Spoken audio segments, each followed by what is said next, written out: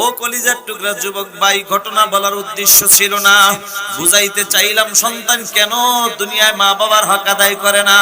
একটাই কারণ, সন্তান দুনিয়াতে আসার আগে বাবার কাছে সন্তানের দুইটা হক। এক নম্বর হক, যুবক তুমি নিজে নেককার হও, নেককার বিবি ঘরে ঢুকাও।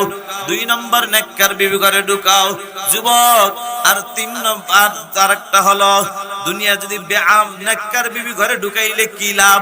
ওই যে ভালো নেককার সন্তান পাইবা, নিজেও স্বামীর খেদমত পাইবা, মা বাবার খেদমত পাইবা।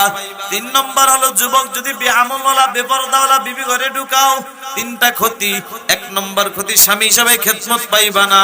দুই নম্বর, নেককার সন্তান পাইবা না। তিন নম্বরে, জনম দুঃখিনী মা বাবার খেদমত পাইবা না। আল্লাহ পাক আমাদেরকে বুঝে শুনে আমল করার তৌফিক দান করুক, বলুন আমিন। সন্তান দুনিয়াতে আসার আগে বাবার কাছে কয়টা হক? দুইটা। একটা হলো, এটা হলো দুইটা। আর সন্তান দুনিয়াতে আসার পরে বাবার কাছে মার কাছে হক আছে। প্রথমে হলো ডান কানে আজান, বাম কানে ইকামত। এরপরে ভালো একটা মুসলমানি নাম রাখবেন। এরপরে সন্তান যখন কথা বলা শেখে, আপনি অঙ্ক শিখান, ইংরেজি শিখান, বাংলা শিখান, কোনো অসুবিধা নাই। কারণ আমাদের দেশে ডাক্তার, ডক্টর, ইঞ্জিনিয়ার দরকার আছে না নাই? অবশ্যই দরকার আছে। কিন্তু মুসলমান হিসাবে সর্বপ্রথম যেই শিক্ষাটা হবে সেটা হলো আল্লাহর কোরআনের শিক্ষা। কি শিক্ষা? কোরআনের শিক্ষা। আল্লাহ তাআলা আমাদেরকে বুঝে শুনে আমল করার তৌফিক আল্লাহ দান করুক, বলুন আমিন।